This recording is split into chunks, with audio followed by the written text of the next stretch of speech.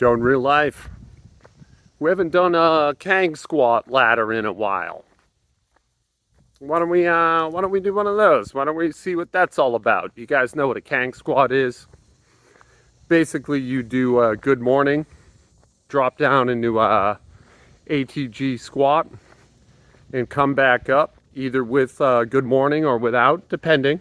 You know, I do a mixed bag on that. And what I like to do is start with the bar and just take 10-pound jumps until I can't go anymore. I usually do this on days like today when I'm deloading and I'm just feeling fatigued and beat up. I've got some soreness and some issues that are, let's call them atypical. Largely a result of me switching my programming up a little bit and just the body having a hard time adapting to it. But also, it's been a tough period, man. I've been hitting a lot of PRs, been doing really well under the bar, but yeah, wear and tear. It's starting to get to me a little bit. Starting to take pieces, you know? And I'm feeling fatigued and I don't want to do the routine. So what do you do instead? You just mix it up. Do something a little goofy, something a little fun. Kang Squat ladder. What else? After this week, in the coming weeks, leading up to the end of the year ends on Halloween, I'm going to do a ramp up to a proper 1 rep max. So what's that going to look like? And this is subject to change, so bear with me. But I'm thinking 1 week, I'm going to do 2 sets of 10. Just like I do my 2 sets of 6, but two sets of 10 with a lighter weight. Week 2, 8. Week 3, 6. Week 4, 5. And do that all the way up to whichever week leaves me with 2 reps. 2 sets of 2 reps every day.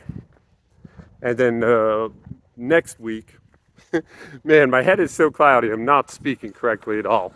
But the week thereafter, we go for a max. And we try to get 3 bills up and down. I'm really excited. I think it's pretty likely. Or I think 275 is definitely going to happen. Whether or not 3 happens remains to be seen. I'll be happy with 275. But I'd really like 3. So I guess we'll see, right?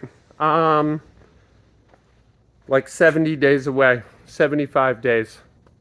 I think it's enough time. But yeah, Kang Squats. Let's do them. All right, stay tuned. Okay, Kang Squats went great. These are the Kang Squats. You'll see them right here. I sped this up to like 2.5 times. Basically, good morning, down to a low ass to grass squat and back up. Yeah, had to get rid of my safety bars because I'm going too low. Set a new PR on the Kang by 25 pounds, 175 to 200.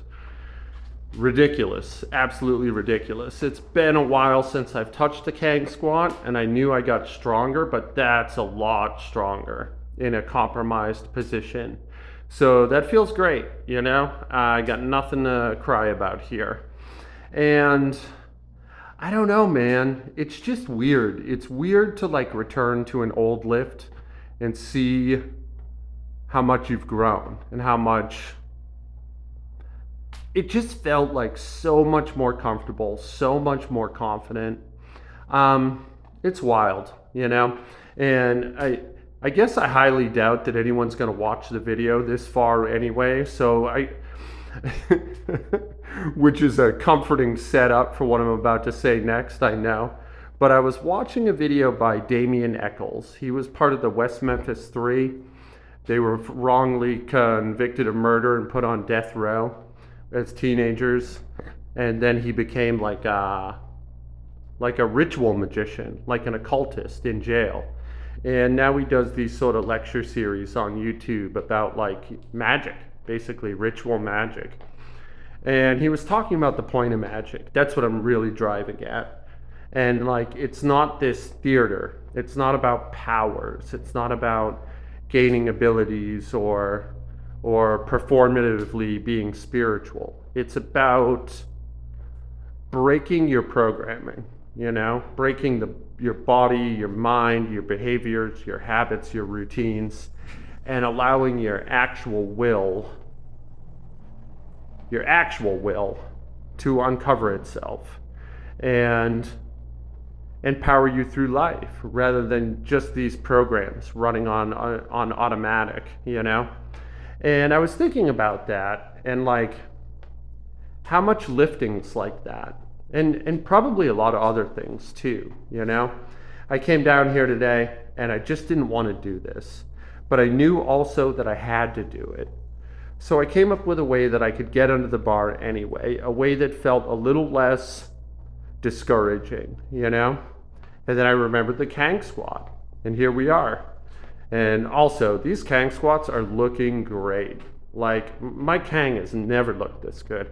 I haven't touched it in months. It might have been a season.